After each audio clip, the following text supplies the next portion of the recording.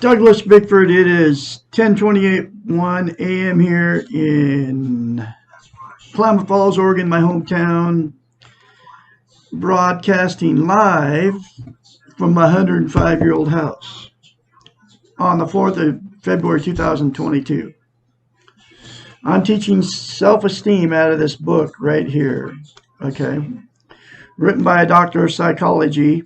Her name is Susanna McMahon. She lives in Madrid, Texas with her husband. She's 73 and wrote this book. Was written in the 90s, published in 1992, 30 years before there was ever social media. And this book talks about how we've been trained and taught not to have self-esteem. So that's why I am teaching self-esteem out of this book, because nobody's teaching self-esteem. Nobody's telling you how to get it. Nobody's telling you how simple it is. And nobody's telling you how important it is. Okay?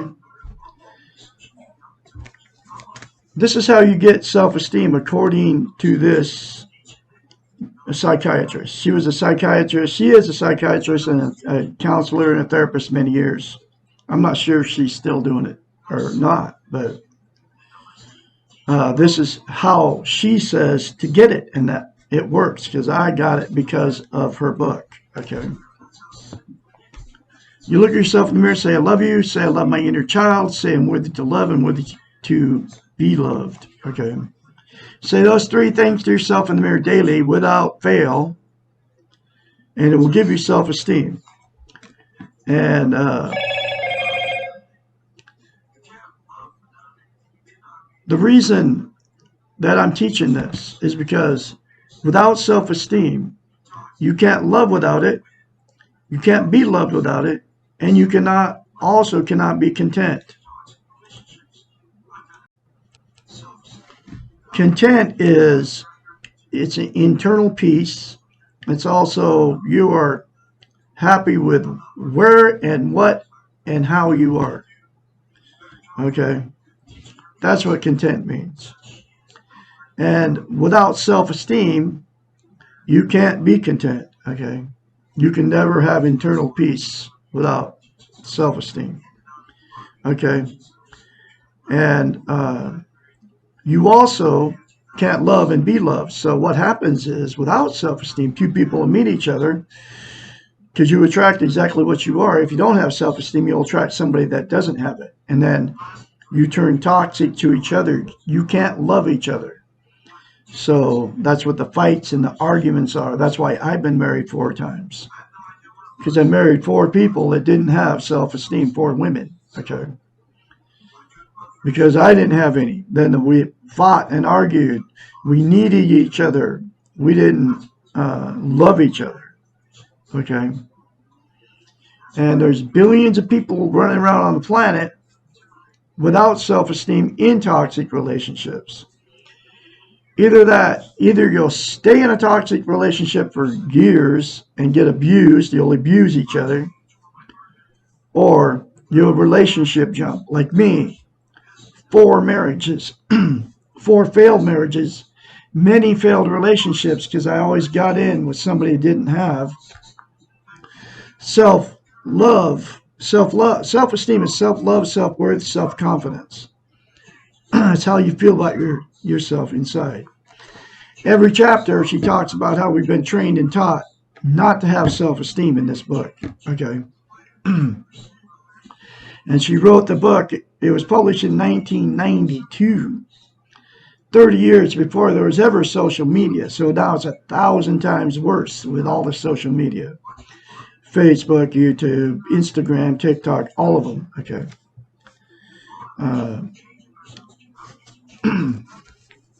So the reason that she told her clients, she's had thousands of them, to go home and look in the mirror, their assignment was to look in the mirror and say, I love you. Say, I love my inner child. Say, I'm worthy to be loved. I'm worthy to love. The reason she told them to do that is because you can't lie to yourself in the mirror. And she knows it. She's a psychiatrist. We're all in front of the mirror every day. And what you say to yourself when you're in front of the mirror, you either say or think it, you'll criticize yourself, no matter what you say about yourself. It's always bad, right? And do you know why you do that? It's because you don't have any self-love, self-esteem, self-worth, self-confidence. Otherwise, you would never criticize yourself. Think about this. If you had a new relationship, a new love, right? And you just met them, and you're all, want to be with them and all that. You would never even dream of saying something bad to them when you're in that mode, okay? When you first meet somebody, all excited and all that. Falling in love with them, you want them to fall in love with you. You would never say the stuff that you say to yourself in the mirror, okay? And you do that because you don't have any self-love, okay? Because, you say bad things to yourself because you don't have any self-love.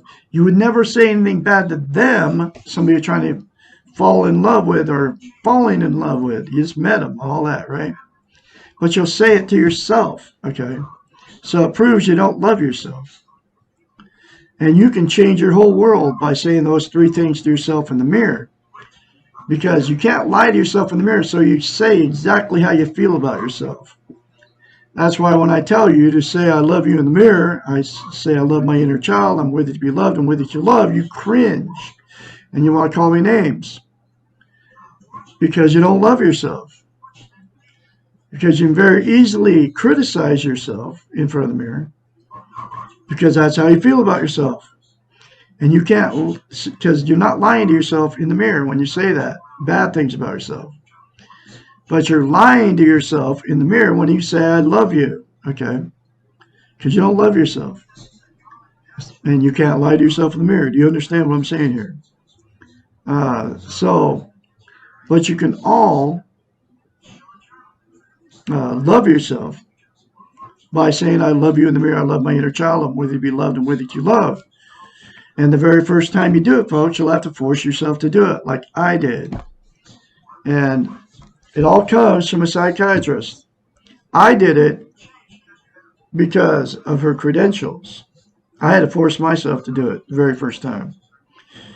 All her clients, because of her credentials, when they were told to do it, they did it. Okay, and it gave them self-esteem because they did that. And self-esteem is like lifting weights. To maintain it, you have to practice it and do it daily. So you have to. It won't do you any good to say that a few times. You have to say that constantly to yourself in the mirror daily. You're all in front of the mirror everywhere. Anyway, I love Douglas Bickford. I love my inner child. I'm worthy to be loved, worthy to love. Those 3 things to yourself in the mirror will take you less than 10 seconds, folks, instead of criticizing yourself. And so you have to continue to do it. You can't, like I said, you can't just do it a few times and then forget about it, because it won't let you keep self-esteem. It's like lifting weights. If you stop lifting weights, you lose muscle mass and you have to start over. But less than 10 seconds, folks, will change your life. Okay. So you can't love and be loved. So you get in toxic relationships. Okay. And there's billions of you, like I said, there's billions of you in toxic relationships right now because you don't love yourself. You don't have self-esteem, and you don't even know you don't have self-esteem. And that's why I'm teaching it on YouTube, is because you can't love without it. You can't be loved without it. You can't be content, which I said was inner peace. Content means you feel good about how, where, and what you are. And then I'm doing it because it changed my life. Nobody's teaching self-esteem. Nobody's all over the television, all off their social media. Nobody's telling you how to get it, which I tell you how to get it. Nobody's telling you how simple it is, and it is that simple to attain self-esteem if you do it and you keep doing it. And nobody's telling you how important it is. Can't love without it, can't be loved without it, and you cannot be content without it. 3 of the most important things that you can have as a human being And nobody's teaching it. You got to wonder why. Okay, that's why I'm doing it. Okay, and I will continue to do it. And I am her spokesperson. You can trust me. It will work for you if you do those three things in the mirror to yourself daily without fail. You will give you self-esteem. It will change your life. And here's the other thing that people do to try to be content. There's 9 things: drugs, alcohol, sex, food, TV, religion, another person, material possessions, or money. 9 things. Take drugs, right? And you can include caffeine and nicotine. They're both drugs. Caffeine's a stimulant, and nicotine's like an opiate. It calms you down. Nicotine calms you down. Caffeine revs you up. That's why you have a cup of coffee in the morning, or 2 cups of coffee in the morning before you go to work, to get motivated, because it's a stimulant. Okay. Marijuana, heroin, methamphetamine, LSD, psilocybin, mushrooms, mescaline, all the illegal street drugs, all the thousands of pharmaceutical drugs that the pharmaceutical companies are coming up with. You use them all to make yourself feel better, and it's always a temporary fix. Then you get addicted to all the drugs. There's only 2 exceptions to that. If you're mentally ill, you need medication to fix you got a chemical imbalance in your brain, or you have a physical ailment, or you got physiological depression, which is you need antidepressants to take you out of depression. But most of us are just don't have self-esteem, and the doctors are feeding us medication to try to make us feel better. The only thing that'll make you feel better is to attain self-esteem permanently. Okay. Anyway, so you get addicted to all the drugs, and because you keep taking them to make yourself feel better. Alcohol is the same way. Beer, wine, it doesn't matter where you get it from. Hard liquor, you're drinking it for one reason: to make yourself feel better. I don't care if you're just drinking 2 drinks, 2 shots, 2 glasses of wine, 2 beers. You're drinking it for one reason: to make yourself feel better. There's no other reason to drink alcohol. Okay. Sex, exact same thing. And then alcohol is always temporary. Then you get addicted to alcohol. Sex, exact same thing. You have sex, it makes you feel better. And then it's always a temporary, fleeting thing. And then you have to have more sex to make yourself feel better. And you get addicted to sex. Food, exact same thing. You eat when you're hungry, and then people overeat because it makes them feel good. And then they get overweight. Then they feel worse about themselves because they got overweight. It's a vicious cycle. All this stuff is vicious, and it just keeps coming around. Okay. Television, exact same thing. You turn on the boob tube and it feels good while you're watching it. As soon as you turn it off, the feel good goes away. It's always temporary. You got to turn on more TV to feel good. Go to bed exhausted after you watch TV for a couple hours when you get home after a hard day at work. And then it's always a temporary thing. Religion, exact same thing. You go to church, doesn't matter which one. Muslim, Christian, Seventh-day Adventist, Mormon, Jehovah's Witness, Orthodox Jew, Catholic, Lutheran, Episcopalian. I can go on and on about all these different religions. You go to church, you feel good, you give them the money, you do the communion thing. You hang out with all those people that believe all that stuff like you do. And then as soon as you leave, the good feeling's gone. Then you have to keep going back to church to get the same good feeling. Okay, it's always temporary. Material possessions, exact same thing. You go buy something new. You go to a thrift store, buy a bunch of junk you don't need. You get a new car, get a new boat, get a used car, a house. Always feels good when you first get it, and then it's always a temporary feel good, and then you have to get more stuff, buy more stuff to feel good. And that's why, and then everything you have is unimportant to you. Okay. After a while, but nothing makes you feel good anymore. Got too much stuff, right? That's how hoarders became hoarders. 100 pairs of shoes in your closet, folks, is hoarding shoes. Boxes and boxes of clothes. How much does it? How much stuff do you need to make yourself happy, right? Anyway, it's always a fleeting thing. Makes you feel good while you're buying it. Then it's always a temporary thing. Uh, Relationship. You get a brand new relationship. Feels good when you first meet these people. Then as soon as the feel good goes away, it all goes bad. You'll get stuck in a toxic relationship, end up cheating on the other person, whether it's a man or a woman. Because the feel good went away. It's always temporary fix. Okay. You stay in a toxic relationship, or then your relationship jump to get the feel good again. You all know what I'm talking about. You all been in it. That's why I've been married 4 times. Okay. And then the last one is dinero. You get money. It feels good when you get it, but then that good feeling always is temporary. Right. Never lasts. Okay. So those are the 9 things that people are using to try to be content. There's only absolutely one thing that'll make you content. Make you so you can love and be loved. And then is to attain self-esteem. The 3 things to yourself in the mirror, folks, will give you self-esteem. I kid you not. On steroids. If you do it and you keep doing it, like she says. Okay. So I'm going through this book 1 chapter at a time, and here's the next chapter. Can self-esteem, it's chapter 24. Can too much self-esteem lead to self-centeredness? No. You cannot ever have too much self-esteem. It is a process and not a goal. Not a commodity. It is something that you practice every day.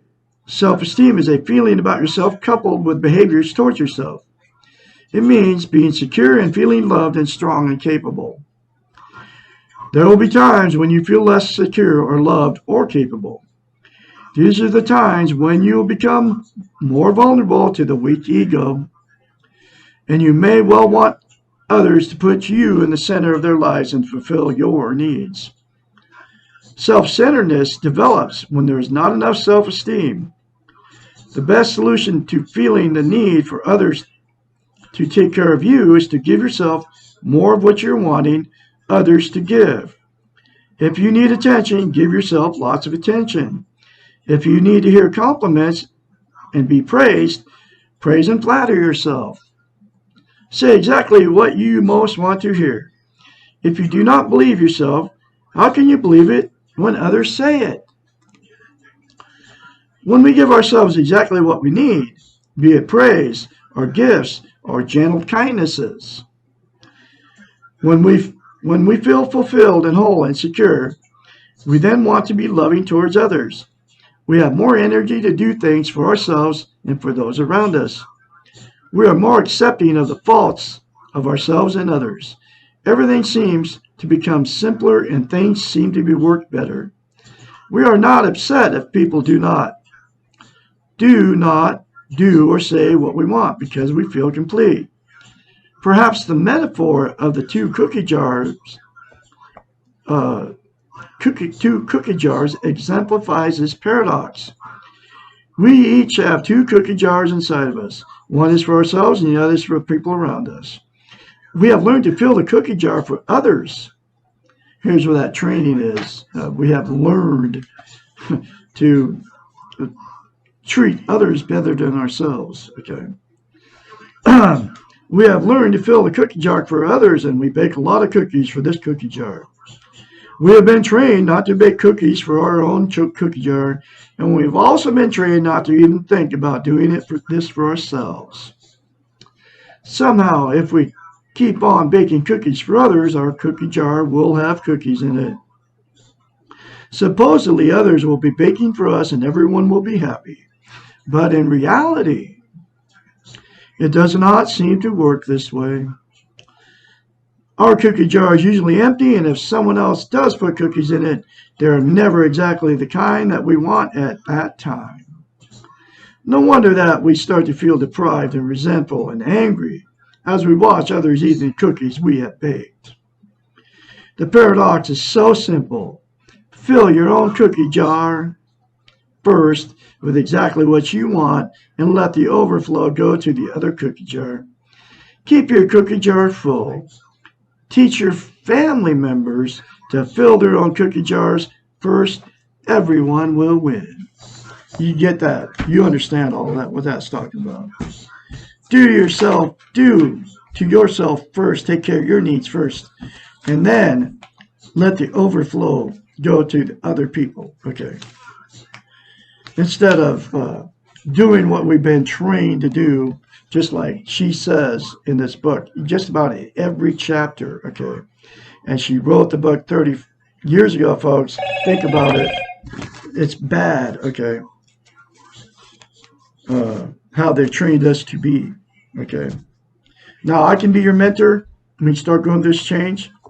I'm going to continue very confidently to spread her message, and nobody's doing it, like I said. But I can be your mentor. 458-232-5238. Call me anytime, day or night. Remember, you were born good. You will leave good if you accept it. Say, I love you in the mirror. Say, I love my inner child. Say, I'm worthy to be loved, worthy to love. Say those 3 things to yourself in the mirror daily, folks, without fail.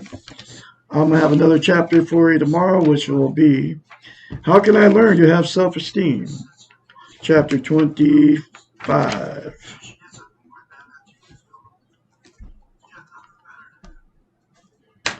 I will talk to you tomorrow. You'll have a great day out there.